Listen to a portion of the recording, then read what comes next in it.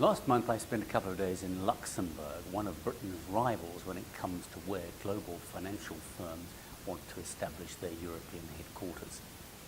The country's finance minister and professional advisory firms spelt out the reasons why they thought businesses should invest there. Not secrecy, which has long fallen to European Union transparency requirements. Not tax. Some taxes are actually quite high.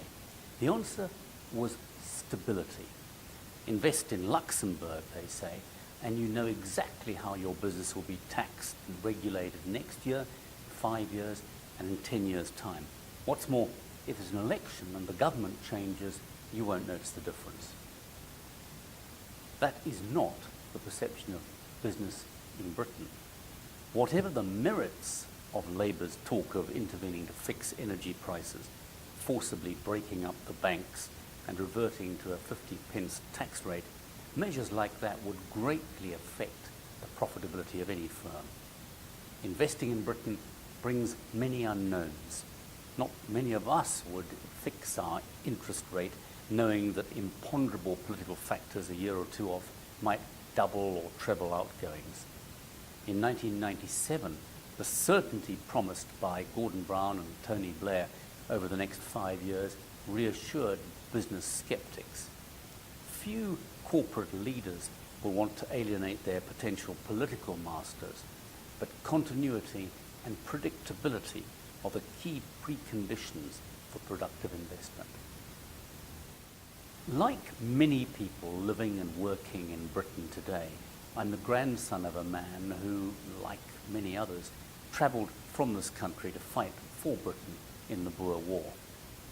Many of them and their descendants served under the Union Jack in 2 world wars and maintained a close association with the United Kingdom throughout their lives, making a huge contribution to business and British society. A lot of FTSE companies, government departments and institutions are still led by Australians, New Zealanders, South Africans and Canadians with an emotional commitment to Britain as well as the country of their birth.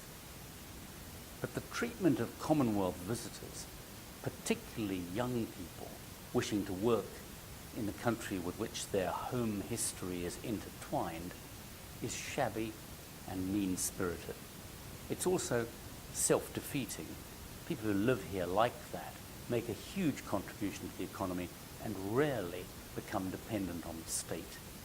It is disgraceful that the number of visas issued to South Africans has been reduced by 90%, and tragic that the number of Australians and New Zealanders arriving here to work has been halved. If today's migration policies had been in place 30 or 40 years ago, Britain would have been deprived of many of its most distinguished law lords, vice-chancellors, scientists, business and military leaders.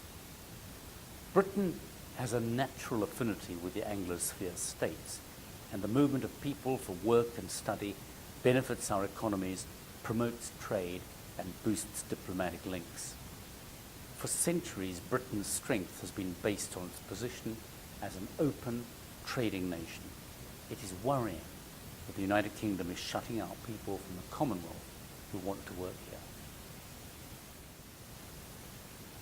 As the Scottish referendum draws closer, it's fascinating to think of the what-ifs if voters choose independence. If there is a yes vote, Scotland will move towards independence in 2016. But the country's full quota of 59 members of Parliament will still be elected at the 2015 general election. The vast majority of those seats will be won by the Labour Party. Supposing Labour wins with a majority of, say, 40, the Scottish MPs who provide that majority will all lose their seats as soon as independence arrives, meaning that the Conservatives will be back in power. Constitutional lawyers will have a field day, given that any government holding office on such a technicality and waiting for its majority to evaporate is unlikely to command much moral authority.